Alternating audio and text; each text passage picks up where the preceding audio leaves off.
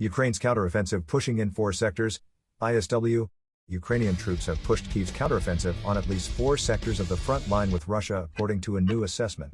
Counteroffensive operations were largely concentrated in parts of the eastern Donetsk region and the southern Zaporizhzhia area, according to an analysis by the Institute for the Study of War think tank on Saturday. Ukraine's ongoing counteroffensive has focused on these contested regions, which Russia has claimed as annexed. However, this is not recognized by the international community. Moscow said on Saturday that Ukraine's military efforts were focused on Donetsk and Zaporizhzhia, which is supported by reports from Western analysts.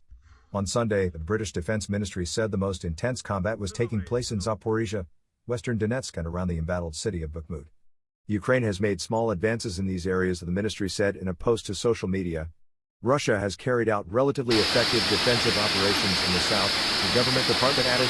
It said both sides were racking up high casualty counts. Russian losses are likely at the highest point since the peak of the battle for Bakhmut in March, the British Defense Ministry continued.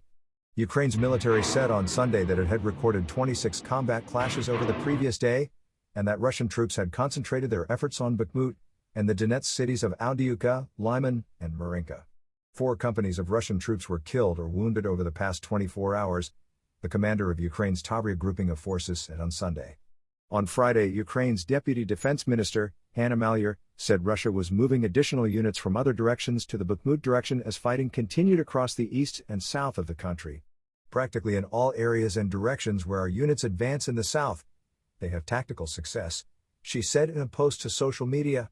Ukrainian forces are pushing in several directions at once, Maliar added. Ukraine had gained just over a mile of territory in several unnamed areas, she said.